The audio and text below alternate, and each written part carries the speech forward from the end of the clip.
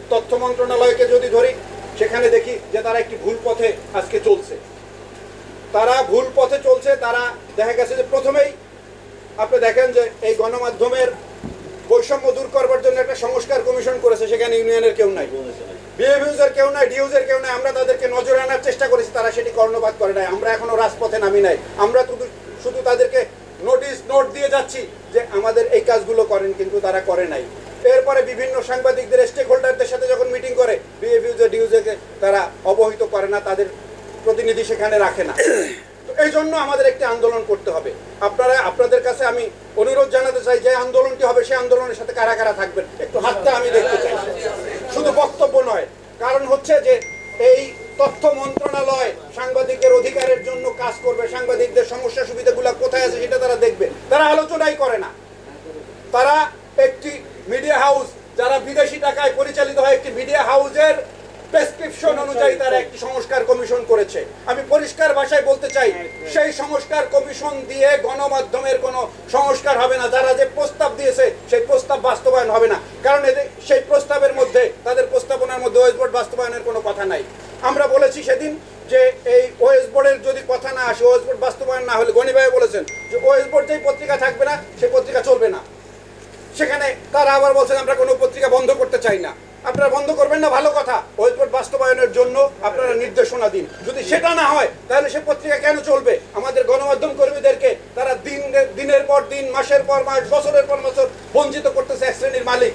তাদের পত্রিকা আপনারা বন্ধ করবেন না, আমরা পত্রিকা বন্ধ করতে চাই না, কিন্তু সেখানে তাদের পাওনা আদায় করে দেওয়ার জন্য ওয়েস বোর্ডের যে নিয়ম আছে সেই নিয়ম বাস্তবায়ন করার জন্য আপনাদের ভূমিকা রাখতে হবে। আর না হয় এই তথ্য মন্ত্রণালয়ের বিরুদ্ধে আমাদের আন্দোলন চলবে সামনে থেকে। এটা আমি পরিষ্কার করে বলে দিতে চাই আজকে থেকে। কারণ আমরা না দীর্ঘদিন বঞ্চিত হয়েছি। 17 বছর আমাদের সাংবাদিকদের চাকরি ছিল না, এখন কিছু জায়গায় কিছু কর্মসংস্থান হয়েছে, নানা নির্যাতনের মুখে সেখানেও আছে। আর সেই ফ্যাসিবাদের দোষরা এখনো বসে আছে। সেখানে যদি আমাদের ইউনিয়নের পক্ষ থেকে ভূমিকা নিতে যাই, সেখানে আবার নানা ধরনের কি বলে উপর থেকে চাপ আসে। আমরা সেই চাপ মোকাবেলা করার জন্য প্রস্তুত আছি। আমরা সেই চাপ মোকাবেলা করেই সামনে এগিয়ে যাব। সুতরাং বন্ধুরা, আপনাদের কাছে অনুরোধ জানাই, সুতরাং আমরা আপনাদের কাছে আরেকটি অনুরোধ জানাই যে বিএসএস এর কথাটি আসছে, আমরা বিএসএস এর বিরুদ্ধে যে আন্দোলন করেছি, এখানে এই ঢাকা সাংবাদিক ইউনিয়নকে একটি সন্ত্রাসী সংগঠন হিসাবে চিহ্নিত করবার জন্য, চিত্রিত করবার জন্য সে নানা জায়গায় চিঠি দিয়েছে। সেই বিএসএস এর এমডি এখনো আছে।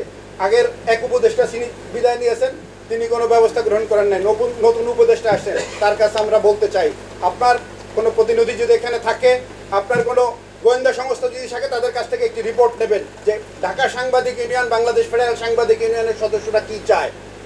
সুতরাং ওই ফ্যাসিবাদের দোসর, আমরা তো মনে করি যে বিএসএস এর এমডি নিয়োগ দিয়েছেন একজন ফ্যাসিবাদের দোসরকে। তার গত 5 বছরের ফেসবুক প্রোফাইলটা আপনি দেখে নেন। সে কোন জায়গার আজকে এই আন্দোলনের পক্ষের লোক ছিলেন। সে ওই যে এক ভাই বলেছিলেন যে সুলুম বদলেছেন, সে পোশাক পরিবর্তন করে আজকে আন্দোলনকারী হয়ে গেছেন। সে ফ্যাসিবাদের বিপক্ষের লোক পরিচয় দিচ্ছেন নিজেকে ফ্যাসিবাদের দোসরের কাজ তিনি অহরহ করে যাচ্ছেন। ফ্যাসিবাদের দোসর যারা রয়েছে সেখান থেকে কাউকে তিনি সরান নাই এখনো। 17 বছরে যারা বিগত ফ্যাসিবাদী সরকার নিয়োগ দিয়েছে, তাদের একটা লোমও স্পর্শ করেন নাই আপনি। অথচ আমাদের ভাইরা রয়েছেন যারা চাকরি করেন সেখানে, আমাদের জাতীয়তাবাদী ইসলামপন্থী কয়েকজন ভাই রয়েছেন, তাদেরকে গিয়েই আপনি ডিমোশন দেন, তাদেরকে দিয়েই আরেক জায়গায় সরাই দেন, কথা বললেই তাদেরকে চাকরি খাওয়ার হুমকি দেন, অথচ তার বিরুদ্ধে কোনো ব্যবস্থা নিচ্ছে না। আমরা বলতে চাই যে আমাদের যে আন্দোলনটি চলমান আছে, আমরা যে আন্দোলন চালিয়ে যাচ্ছি, এটি কোনো ব্যক্তির বিরুদ্ধে নয়, এটি গণমাধ্যমের কর্মীদের অধিকার প্রতিষ্ঠার আন্দোলন।